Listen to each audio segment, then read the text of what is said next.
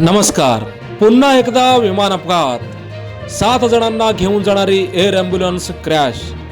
7 जणांना घेऊन जाणारी एअर ॲम्ब्युलन्स क्रॅश झाल्याची धक्कादायक घटना समोर आली आहे.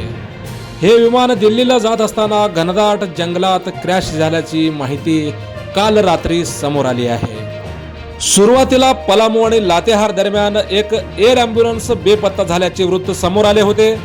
यानंतर छत्र जिल्ह्यातील सिमरिया पोलीस स्टेशन परिसरातील कटियातू येथे खाजगी एअर ॲम्ब्युलन्स अपघातग्रस्त झाल्याची बातमी समोर आली.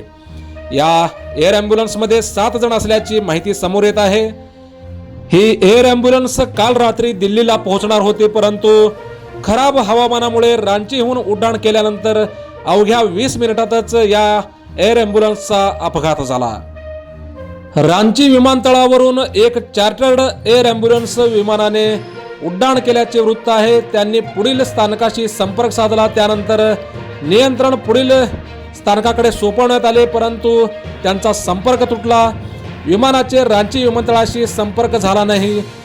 मिळालेल्या माहितीनुसार हे एअर ॲम्ब्युलन्स काल संध्याकाळी 7:10 रांचीहून उड्डाण केले होते. मात्र 7:34 विमानाशी संपर्क तुटला.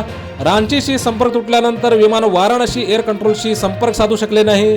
त्यामुळे हा विमान भरकटला आणि या विमानाचा अपघात झाला.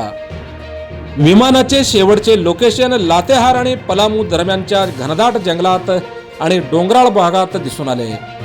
सूत्राकडून असे दिसून येते की त्यावेळी मुसळधार पाऊस आणि जोरदार वारे यासह परिसरातील हवामान अचानक बिघडले होते. कमी दृश्यमानता आणि तांत्रिक बिघाडामुळे विमान भरकटले. यानंतर विमान क्रॅश झाले असावे असा संशय आहे. लातेहार आणि पलामू दरम्यानचा हा भाग घनदाट जंगलाने व्यापलेला आहे. त्यामुळे शोध कार्यात काल रात्री उशिरापर्यंत अडचणी येत होत्या.